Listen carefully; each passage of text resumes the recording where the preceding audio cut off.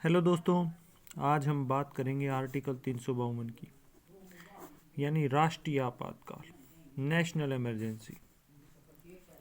भारत के संविधान में आपातकालीन शक्तियों के बारे में भी स्पष्ट प्रावधान किए गए हैं।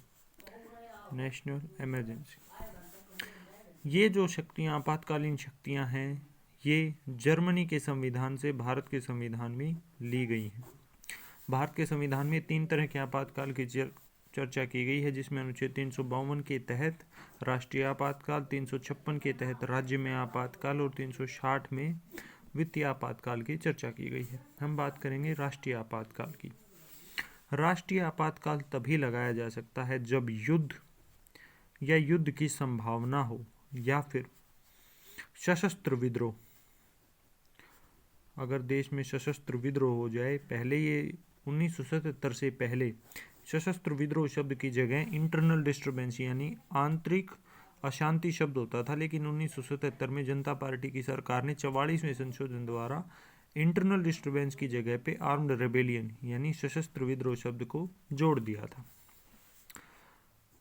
इसे लगाने के लिए जरूरी है कि राष्ट्रपति को मंत्रिमंडल की लिखित सिफारिश दी जाए, यानी देश में आपातकाल सिर्फ राष्ट्रपति लगा सकते हैं और उसे लगाने के लिए जरूरी है कि जो मंत्रिमंडल है, केंद्रीय मंत्रिमंडल, वो अपनी लिखित सिफारिश दे।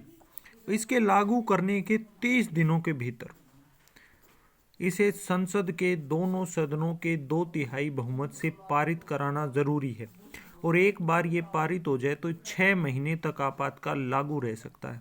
अगर सरकार को इसे आगे 6 महीने बढ़ाना है तो दोबारा से उसे संसद के दोनों सदनों के 2/3 बहुमत से प्रस्ताव को पारित करवाना होगा।